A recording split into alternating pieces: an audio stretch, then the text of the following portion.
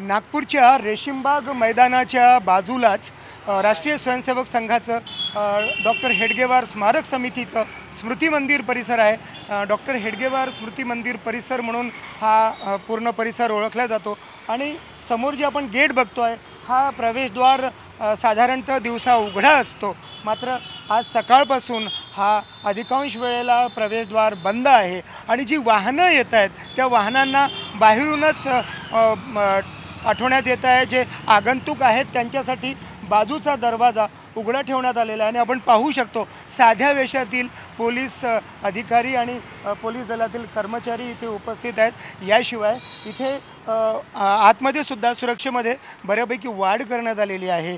सोमवारी सायंकाळी दिल्ली बॉम्बस्फोटाची घटना घडल्यानंतर स्वतः पोलीस उपायुक्त दर्जाचे अधिकारी इथे आले होते।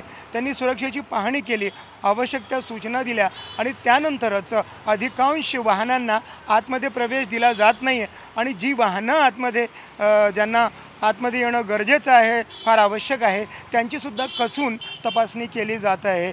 अधिकांश लोकांना पायीच या आगंतुकाच्या दारातूनच प्रवेश देण्यात येतो आहे आणि पोलीस अत्यंत कडेकोटपणे इथे पोलिसांनी सुरक्षा व्यवस्था ठेवलेली आहे आणि येणाऱ्या जाणाऱ्या प्रत्येकाची नाव एका रजिस्टरमध्ये नोंदवून ठेवण्यात येत आहे आणि त्यांचीसुद्धा मेटल डिटेक्टरनी तपासणी केली जात आहे।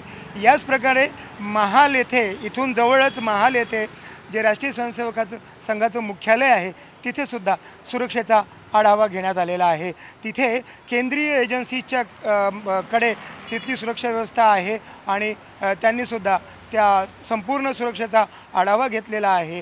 सोमवारी रात्री ही घटना घडली त्यानंतर नागपूरचे अतिरिक्त पोलीस आयुक्त स्वतः महाल परिसरात आले होते आणि त्यांनी आवश्यक त्या सूचना दिलेल्या आहेत। व्हिडिओ जर्नलिस्ट विनय शुक्लासोबत संजय तिवारी, NDTV मराठी, नागपूर।